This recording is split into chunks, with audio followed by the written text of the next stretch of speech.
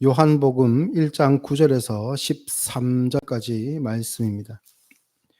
다 같이 하나님의 말씀을 받들어 읽겠습니다. 참빛 곧 세상에 와서 각 사람에게 비추는 빛이 있었나니 그가 세상에 계셨으며 세상은 그로 말미암아 지은 바 되었으되 세상이 그를 알지 못하였고 자기 땅에 오매 자기 백성이 영접하지 아니하였으나 영접하는 자 곧 그 이름을 믿는 자들에게는 하나님의 자녀가 되는 권세를 주셨으니 이는 혈통으로나 육정으로나 사람의 뜻으로 나지 아니하고 오직 하나님께로부터 난 자들이니라. 아멘. 보통 교회들에서는 이 5월 두 번째 주일을 어버이 주일로 보통 그렇게 지냅니다. 오늘도 가정의 달 두 번째 말씀으로 메시지를 준비했습니다. 사실 요한복음은 그 사랑의 사도라고 불리는 요한을 통해 이렇게 이제 우리에게 전해진 복음서인데요. 거기서 이야기하는 사랑이라는 것은 이 세상에서 이렇게 많이 존재하고 있는, 이전에도 있었고 또한 교회 밖에서도 있는 그런 사랑을 이야기하는 것이 아니라 전혀 새로운 사랑을 이야기합니다.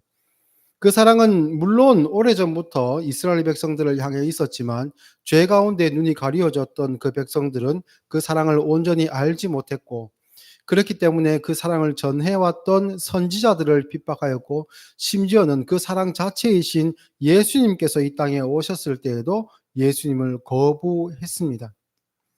그러나 예수님의 희생을 통해서, 또한 예수님의 희생 이후에 예수님께서 약속하신 성령께서 이 땅에 오심으로 온전히 그 사랑이 무엇인지 깨닫게 되었고, 그리고 교회는 하나님의 그 사랑을 온전히 소유하고 전하고 누리는 자로 그렇게 설 수가 있게 되었습니다. 그런데 오늘 말씀과 가정과 무슨 관계가 있는가? 2000년쯤에 개봉했던 걸로 제가 기억하는데요. 아메리칸 뷰티라는 영화가 있습니다. 그 영화는 미국의 전통적인 가정의 가치가 무너져 있다는 것을 고발하고 참된 가정의 그 가치를 회복시켜야 되지 않겠느냐라는 그 문제의식을 던지는 그러한 영화였습니다. 그래서 많은 사람들에게 관심을 그렇게 끌게 되었고, 미국 사회뿐만 아니라 다른 나라 애들도 그러한 주제는 관심거리가 되었습니다. 그런데 약 20년을 지난 지금은 어떠한가? 가정의 가치가 무너져 있다. 그 가정의 가치를 잃어버렸다는 것을 넘어서서 가정 자체가 존재하는 것이 어려운 시대에 우리가 이르렀습니다. 한국의 그 합계 출산율이 작년 4분기에 0.6명으로 0.6명대로 떨어졌다고 합니다. 결혼과 출산이 일반적이었던 예전 시대는 이미 지나갔고, 오히려 그것이 일찍 결혼하고 아이를 낳고 하는 것이 특별한 그러한 시대가 되었습니다. 따라서 결과적으로 1인 가족들이 많이 느는 그런 현상이 나타났는데요. 사회활동을 적극적으로 할 수 있는 1인 가족들은 이른바 나 혼자 산다라는 방송처럼 인생을 즐기며 살 수 있겠지만, 은퇴 이후에 또는 장애로 인해 사회생활이 어려운 그러한 사람들의 경우에는 그 삶이 굉장히 힘들고 또 어려움에 처할 것이라는 것을 우리는 짐작할 수 있습니다. 그 결과 노인 남성 독거인들의 그 고독사 문제가 사회적인 이슈로 굉장히 많이 떠오르게 되었는데요. 저도 이 부분을 돕기 위한 정부의 그 프로그램에 참여해서 교육을 받아가지고 자격증을 딴 적도 있었습니다. 이런 문제들에 대한 해결책으로 대한가족이라는 개념이 등장하게 되었는데요. 이 대한가족이라는 것은 어떤 개념이냐면, 기존에 있었던 혈연이나 또는 결혼, 출산, 또 입양 등을 기반으로 하는 전통적인 가족의 개념에서 벗어나가지고 사회적인 관계 또는 이웃 등의 신뢰를 기반으로 하는 그러한 사회적인 가족을 이야기한다고 합니다.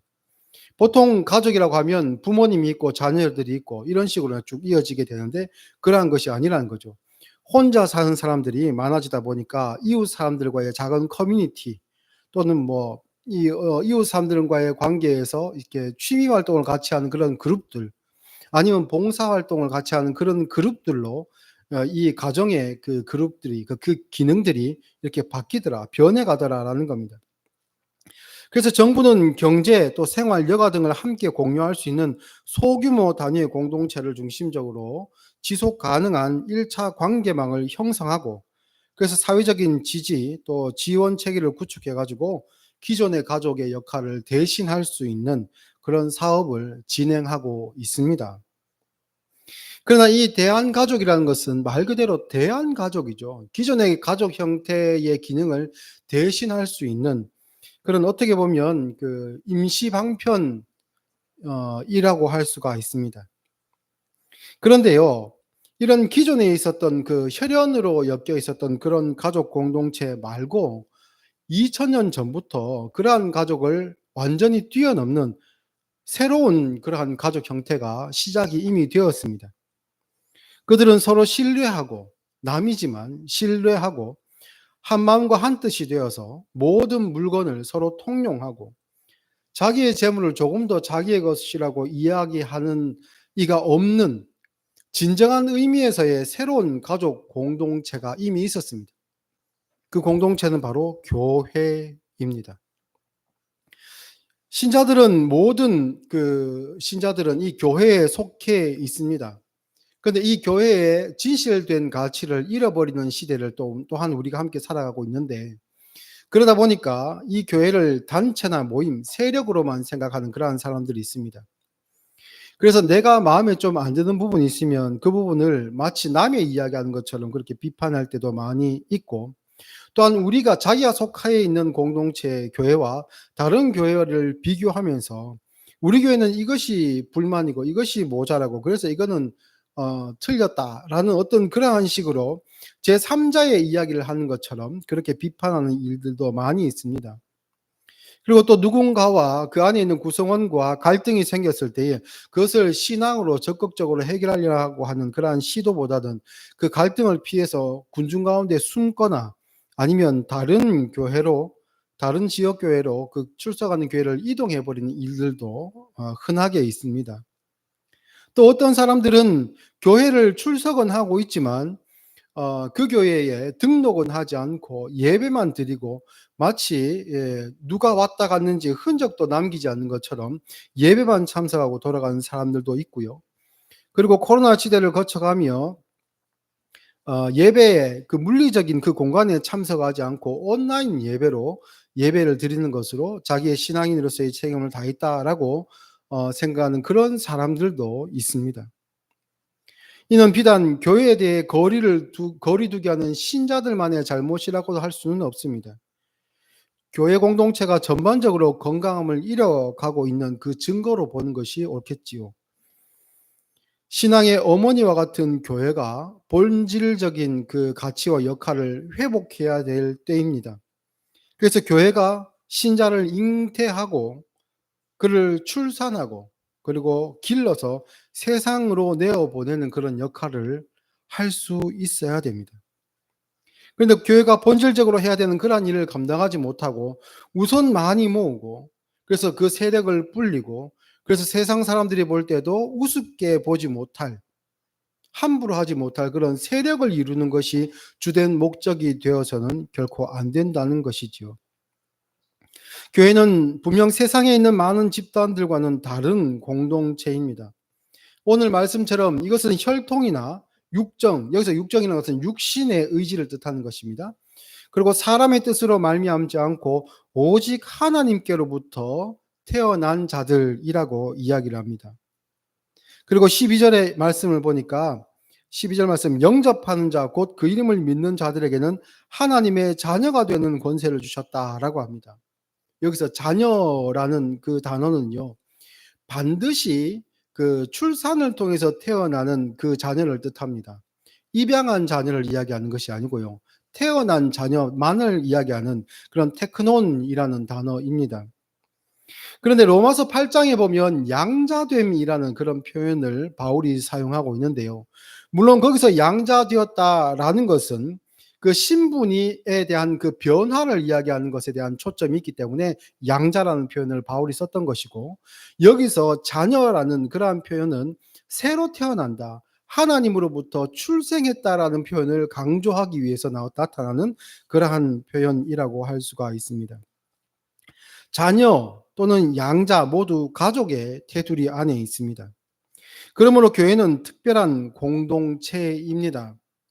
단순히 출석만 하는 단체가 아니라 새로운 창조를 경험한 자들이 모인 그 집단이 바로 교회이고, 이것을 다르게 풀어 설명하자면 새로운 가족, 새 가족이라고 할 수가 있습니다. 마태복음 12장을 한번 찾아보겠습니다. 마태복음 12장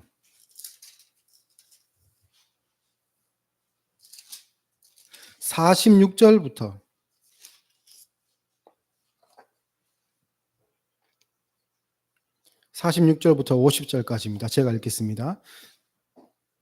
예수께서 무리에게 말씀하실 때에 그의 어머니와 동생들이 예수께 말하려고 밖에 섰더니 한 사람이 예수께 여짜오되 보소서 당신의 어머니와 동생들이 당신께 말하려고 밖에 서 있나이다 하니 말하던 사람에게 대답하여 이르시되 누가 내 어머니며 내 동생들이냐 하시고 손을 내밀어 제자들을 가르쳐 이르시되 나의 어머니와 나의 동생들을 보라.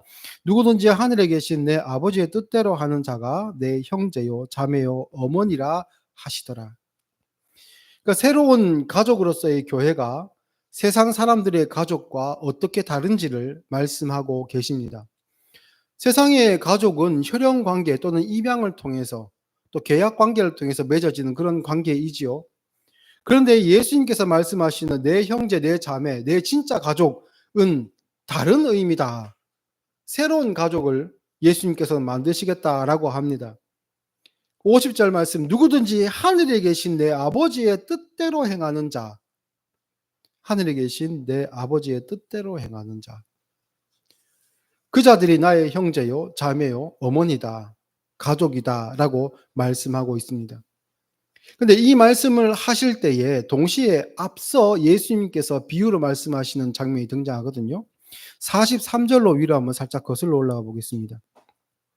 더러운 귀신이 사람에게서 나갔을 때에 물 없는 곳으로 다니며 쉬기를 구하되 쉴 곳을 얻지 못하고 이에 이르되 내가 나온 내 집으로 돌아가리라 하고 와보니 그 집이 비고 청소되고 수리되었거늘 이에 가서 저보다 더 악한 귀신 7을 데리고 들어가서 거하니 그 사람의 나중 형편이 전보다 더욱 심하게 되느니라. 이 악한 세대가 또한 이렇게 되리라. 이 말씀을 하실 때에 예수님의 어머니와 형제들이 찾아왔습니다. 이거 따로 떼서 설명할 수는 없죠. 붙여서 이해해야 됩니다. 이것은 율법주의에 대해서 예수님께서 비판하시는 그러한 장면인데요. 자신을 채찍질하고 노력하고 그래서 자신의 능력으로 하나님의 조건을 충족시키려고 하는 그 행위들이 나중에 어떻게 결과되는가를 예수님께서 말씀하십니다.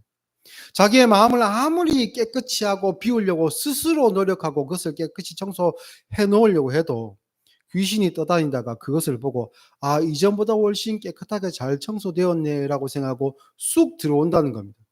혼자 들어오는 것이 아니고 더 많은 귀신을 데리고 들어온다는 거거든요. 이것은 이렇게 이해할 수 있습니다. 율법주의로 행했던 그 모든 노력들, 그것이 가치 있어 보이고 깨끗게 하는 것처럼 보이는 그러한 일이지만 결과는 그 노력으로 말미암아 하나님의 은혜에서 스스로를 더 멀어지게 한다는 겁니다. 나는 이만큼 노력하고 나는 이만큼 희생하고 헌신하고 있는데 저 사람은 어떤가 비교해서. 그러면 다른 사람들과 나를 비교했을 때 나는 분명히 하나님의 사랑을 받을 만한 사람이고 저 사람은 나보다 뒤에 있는 사람이야. 그래서 나는 하나님의 사랑과 은혜와 구원을 내 의지와 능력과 노력으로 쟁취할 수 있어. 라고 가는 것이죠. 거기에 하나님의 사랑은 없습니다.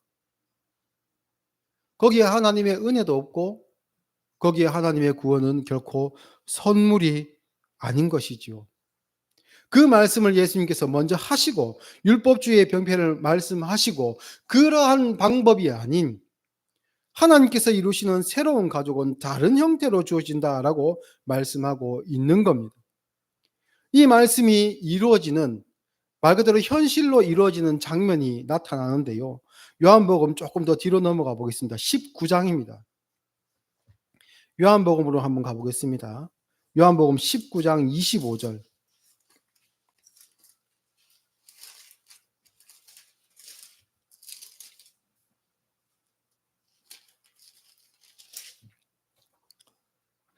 19장 25절부터 27절까지입니다. 제가 읽겠습니다.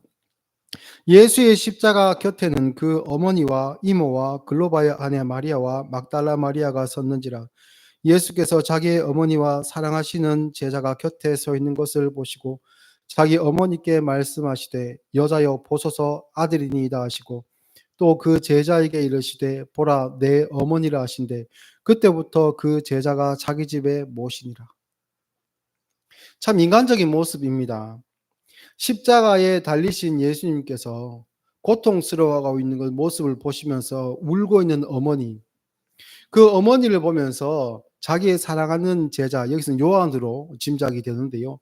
요한에게 예수님을 이렇게 맡기시는 장면입니다. 아니, 어머니를 맡기시는 장면입니다. 참 감동적으로 보입니다. 그렇죠. 내 어머니다라고 제자에게 말씀하시고 또 어머니에게는 아들입니다라고 이렇게 이제 말씀을 하시는 겁니다. 그런데 가만히 생각해 보십시오. 예수님께 형제가 있었습니까? 없었습니까? 있었죠. 예수님의 어머니 마리아를 모친으로 모실 다른 형제들이 있었습니다. 그런데 굳이 예수님께서는 요한을 지목하시면서 너의 어머니다라고 소개하고 또한 모친에게는 요한을 향하여서 아들입니다라고 그렇게 말씀을 하시는 겁니다. 누가 내 형제요 자매고 어머니냐라고 하셨던 그 말씀을 여기로 끌고 옵니다. 참 가족, 진짜 내 형제 자매, 나의 어머니. 이 관계가 이 십자가상에서 이루어지는 겁니다. 이게 조금 지나친 해석이 아닌가라고 생각하실 분들이 있을 수도 있는데요. 안 그렇습니다. 예수님께서 십자가상에서 말씀하신 그 말씀들을 7가지를 가상칠언, 여기서 가상이라는 것은 없었던 이야기가 아니고요. 십자가상에서 말씀하신 7가지 이야기를 뜻합니다. 그 중에 속해 있습니다. 말씀에 전해지고 있고 이것은 예수님의 구원 사역의 의미를 여기는 표적으로 담고 있다라고 할 수 있거든요. 새로운 가족이 예수님의 흘리신 피를 통해서 새로 태어나는 그러한 현장이다라고 할 수 있습니다. 앞서 읽은 요한복음 1장 말씀처럼 왕이신 예수님께서는 자기 땅, 즉 자기 백성들에게 찾아오셨습니다. 그러나 백성들은 예수님을 영접하지 않았고 예수님을 거부했고 핍박하였고 십자가에 못 박았습니다. 백성이 왕을 거부했습니다. 그러면 결과는 어떻게 되겠습니까? 이후에는 심판만 있지요. 그러나 예수님은 그 고통당하신 십자가 위에서 완벽한 반전의 카드를 꺼내셨습니다.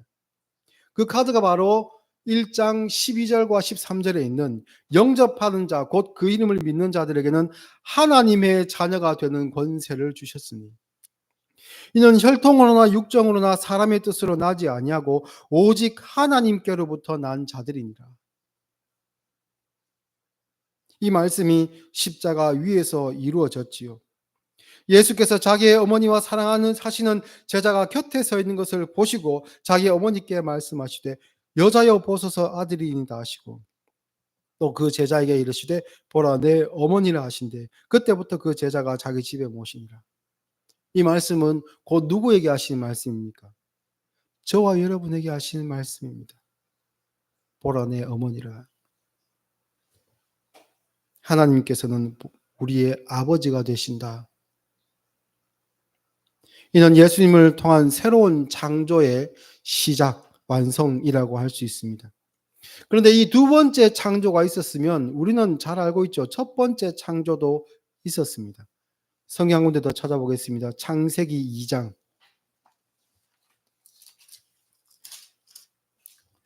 창세기 2장 21절부터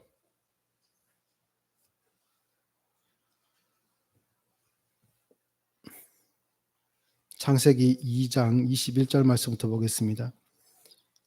여호와 하나님이 아담을 깊이 잠들게 하시니 잠들매 그가 그 갈빗대 하나를 취하고 살로 대신 채우시고 여호와 하나님이 아담에게 취하신 그 갈빗대로 여자를 만드시고 그를 아담에게로 이끌어 오시니 아담이 이르되 이는 내 뼈 중에 뼈요 살 중에 살이라 이것을 남자에게서 취하였은즉 여자라 부리리라 하니라. 이러므로 남자가 부모를 떠나 그의 아내와 합하여 둘이 한 몸을 이룰지로다. 하나님께서 아담의 옆구리를 열어 첫 번째 인류의 첫 번째 가정을 창조하셨습니다. 이제 마지막 아담이신 예수님의 옆구리가 창에 찔리시고 찔린 그 옆구리에서는 피와 물을 다 쏟으시고 그 피를 흘리심으로 보혈의 은혜로 우리가 하나님과 한 가정을 이룰 수 있게 되었습니다. 참으로 새로운 가족의 탄생이라고 할 수 있겠지요. 우리가 하나님을 아버지라 부를 수 있게 된 것은 참으로 기적적인 일입니다. 감히 어떻게 하나님을 아버지라 부를 수 있겠습니까? 참된 하나님의 아들이신 예수님도 하나님을 아버지라 불렀을 때에 이것이 신성모독이라는 그러한 비판을 받았습니다. 하물며 죄인인 우리는 어떠합니까? 어찌 우리가 하나님의 자녀임을 자처할 수 있고 하나님과 가족이라는 것을 이야기할 수 있고 그 아버지 앞에 자녀가 요구하는 것처럼 모든 것을 구하고 얻을 수 있는 그런 자가 될 수 있겠습니까? 이것은 참으로 기적이고 창조의 사역이 아니고서는 새로 태어나는 거듭남의 그러한 기적이 아니고서는 결코 일어날 수 없는 일입니다. 그런데 그 기적이 예수님의 십자가와 부활을 통해 일어났습니다. 그 기적의 결과물로 출발한 것이 바로 교회이고 그 교회 공동체가 나타내 보였던 그러한 모습들이 바로 사도행전에 나타났던 교회의 아름다운 모습입니다. 그러면 오늘날 살아가고 있는 우리는 어떻습니까? 새 가족, 새로운 가족으로서 우리 새순교회 또한 그러한 모습을 찾아가야 될 겁니다. 한 영혼 한 영혼을 귀히 여기고 혈연으로 엮여 있지 않다 하더라도 갈등을 해결하는 일에 게을리하지 않고 믿음의 문제로 고민하고 있는 사람이 있으면 손을 내밀고 품어줄 수 있고 그가 온전히 하나님의 태 안에서 어머니의 태에서 잉태하여 출산의 과정을 낳는 것처럼 거치는 것처럼 그가 자기의 입으로 신앙을 고백하여 교회의 일원이 되는 것을 도와주고 그 이후에도 세상에서 예수 그리스도의 제자로서의 삶을 살아갈 수 있도록 한 마음으로 돌볼 수 있는 것. 그러한 일을 하는 것이 바로 교회 공동체, 새로운 가족으로서의 우리 새순교회가 해야 될 일인 것입니다. 사랑하는 성도 여러분, 그 가정 안에서 새로운 사랑, 세상에는 없는 사랑을 누리십시오. 교회만이 전하고 나눌 수 있는 그 사랑 안에 뛰어드십시오. 그 사랑의 실천자가 되실 뿐만 아니라 그 사랑의 수혜자가 되십시오. 그래서 우리 새순교회가 사랑으로 넘치는 교회 될 수 있기를 예수님의 이름으로 축복합니다. 기도하겠습니다. 감사하신 하나님,